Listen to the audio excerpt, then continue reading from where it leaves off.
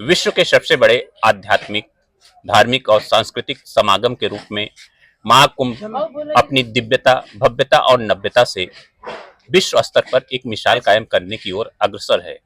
फिलहाल अभी महाकुंभ 2025 की विधिवत शुरुआत नहीं हुई। प्रथम स्नान पर्व भी 13 जनवरी को शुरू होना है, लेकिन आगमन से पहले ही जगह जगह पर कई तरह की चर्चाएं शुरू हो गई हैं। कुछ होर्डिंग भी लग गई महाकुंभ में। चुनाव से पहले जहां देश के प्रधानमंत्री ने कहा कि एक रहेंगे, नेक रहेंगे, फिर मुख्यमंत्री योगी आदित्यनाथ ने भी कह दिया कि बटेंगे तो कटेंगे। लेकिन अब यह मामला जो यहां तक नहीं रह गया, अब यह स्लोगन का जो कल्चर चला वह पहुंच गया महाकुंभ 2025 में। जगह जगह होर्डिंग लग गई, कहीं लिखा गया बटेंगे तो कटेंगे, डरेंगे तो मरेंगे। लेकिन एक बात और आई कि यह संतों की भूमि है। लाखों की संख्या में यहाँ संत महात्मा देश के कोने कोने से नहीं, विदेशों से भी आते हैं, और सबका एकमात्र उद्देश्य ये होता है कि भारत की संस्कृति सनातन की रक्षा की जाए, धर्म की रक्षा हो, हमारी संस्कृति की रक्षा हो।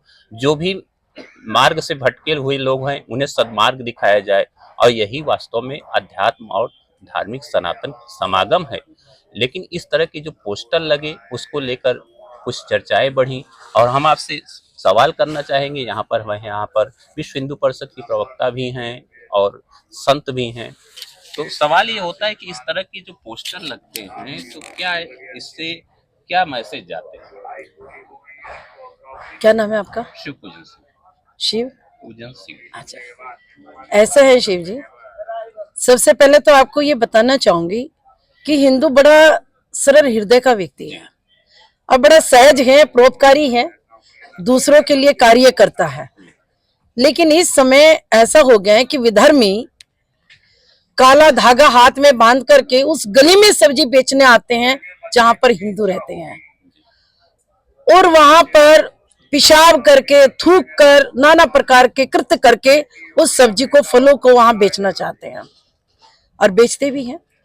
दूसरा, स्कूल में, कॉलेज में पता करके कि कौन सी लड़की ब्राह्मण है, कौन सी क्षत्रिय है, कौन सी वैश्य है, बाकायदा उनके नाम पर बोली रखी हुई है कि 5 लाख ब्राह्मण को देंगे तो है, तो 3 लाख क्षत्रिय को देंगे, 2 लाख अन्य को देंगे।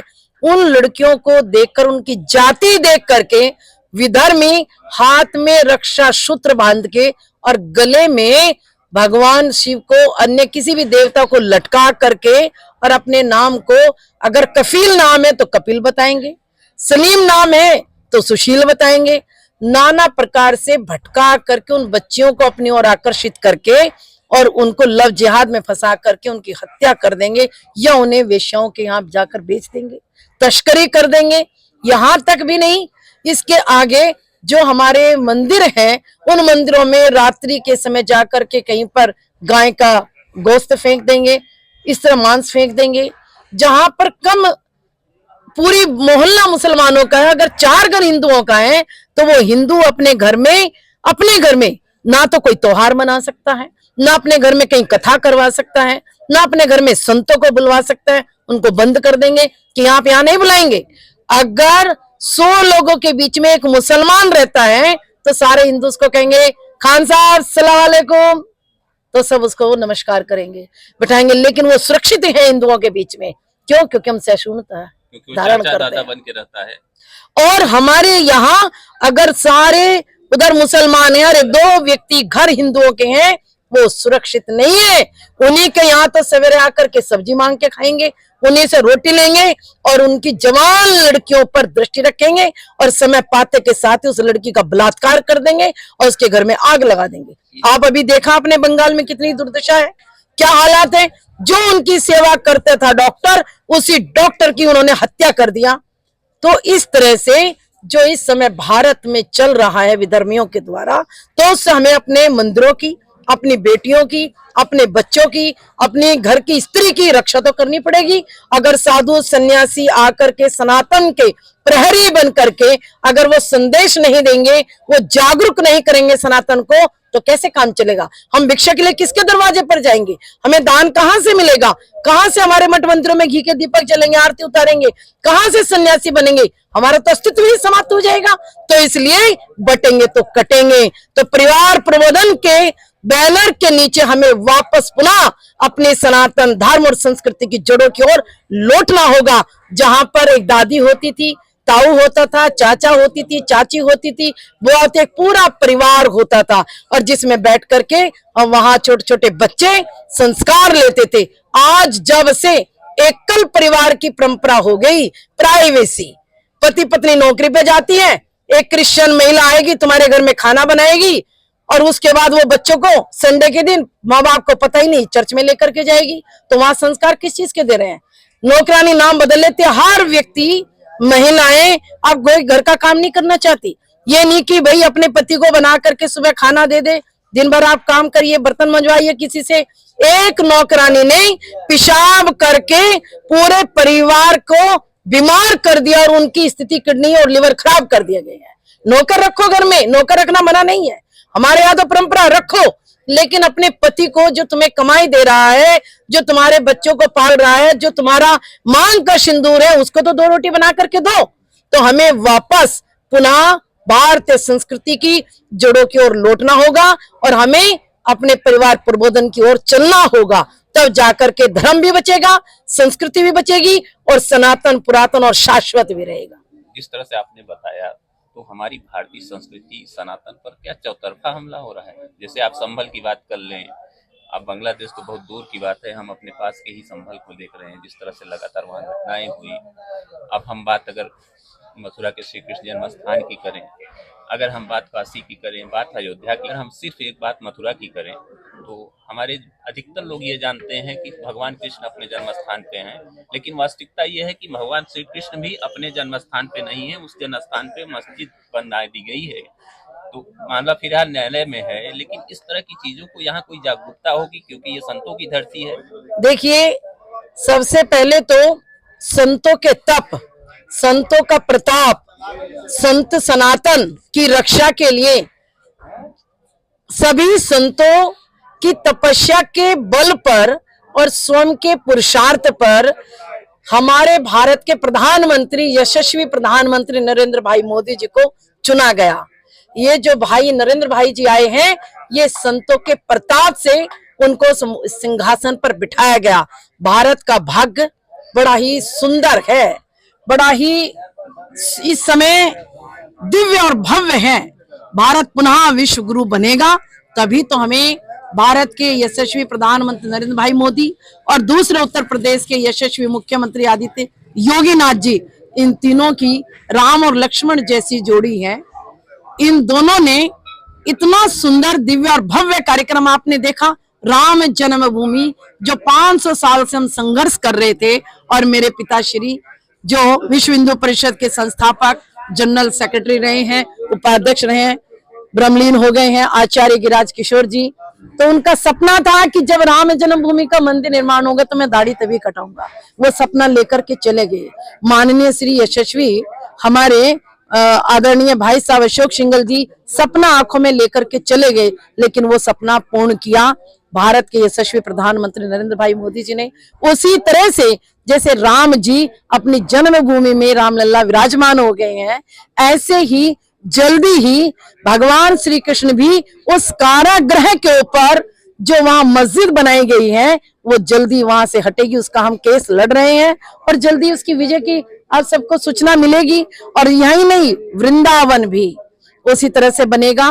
तो भारत में जितने भी ऐसे कलंक हमारे माथे पर लगे हैं, तो ये हजारों हजारों वर्ष के बाद माता पिता के संस्कार से और कई जन्मों के कर्म और प्रारब्ध संस्कार से भारत के यशस्वी प्रधानमंत्री जैसा नेता भारत को मिलता है। अगर आपने बात किया प्रधानमंत्री की, देश के मुख्यमंत्री वो प्रधानमंत्री हैं, हमारे उत्तर प्रदेश के मुख्यमंत्री योगी आदित्यनाथ हैं, लेकिन उत्तर प्रदेश के ही एक पूर्व मुख्यमंत्री हैं अखिलेश यादव।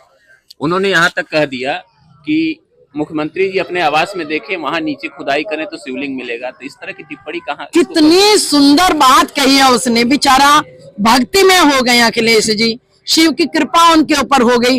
वास्तव में कण कण में भगवान है, सर्वत्र भगवान है।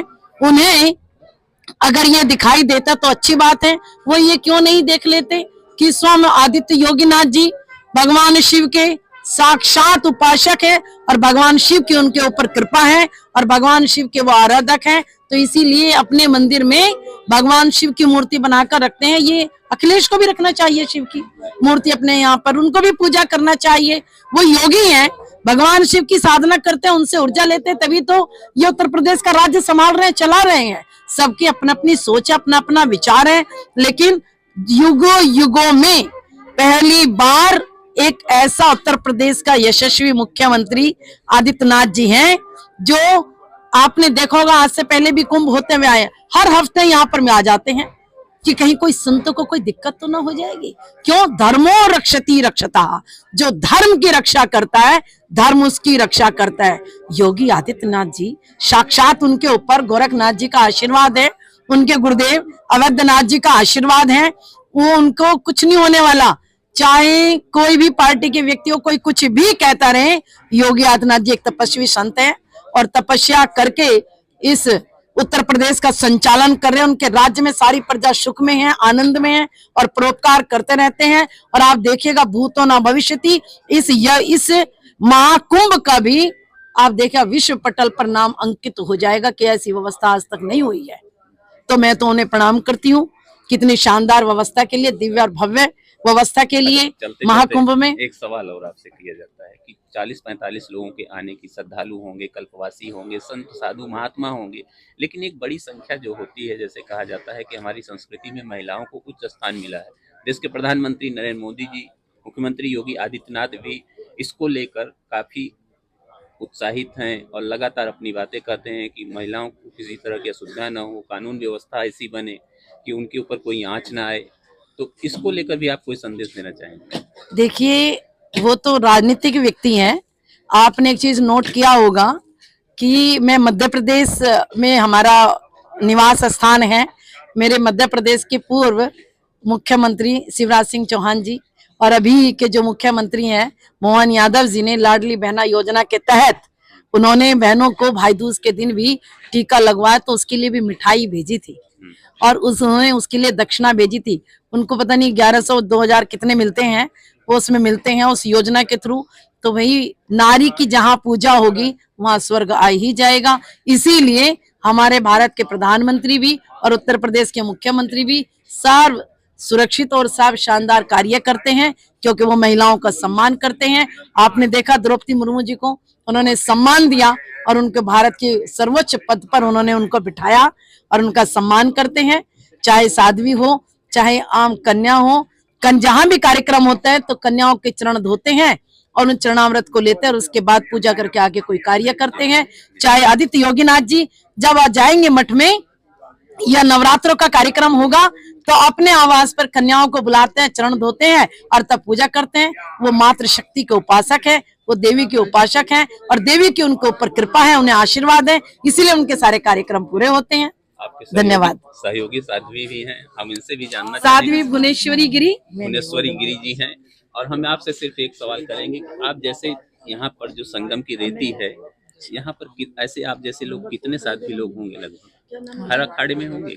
हाँ, हर अखाड़े में। हमारे अखाड़े में एक माईवाड़ा भी है, वहाँ सिर्फ साध्वी आई रहते हैं। अच्छा, तो आप लोगों को कैसे किसी असुविधा तो नहीं होती? कैसे यहाँ? नहीं, कोई असुविधा जैसा होता ही नहीं होता है। तो अगर आप देखें तो क्योंकि आप आधी आबादी से हैं और महिला हैं, संत हैं, साध्वी हैं, तो हमारा समाज भी किसी दिशा में बढ़ रहा है, जो दिशा है जो आधुनिकता की ओर जा रहा है, उन्हें कौन सा संदेश आप देना चाहेंगे? हमारी जो यंग जनरेशन है वो विदेश जाती है, अलग कल्चर में जाते हैं, तो उनके रंग में रंग जाते हैं और दूसरे कल्चर वाले हमारे कल्चर में आते हैं तो हरे कृष्ण हरे रामा जपने लगते हैं।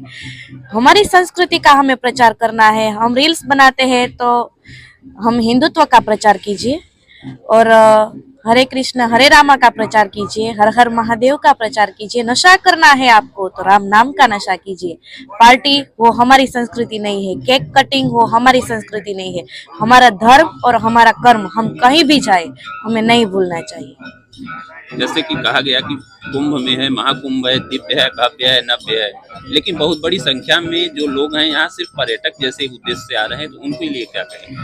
ये पर्यटक की भूमि नहीं है, ये भूमि है और आध्यात्म की भूमि है। यहाँ आए तो ये हाय हेलो की भूमि नहीं है। यहाँ ओम नमो नारायण कीजिए, सभी संत भगवान का आशीर्वाद लीजिए और सेल्फी प्लीज, ऐसी ये भूमि नहीं है।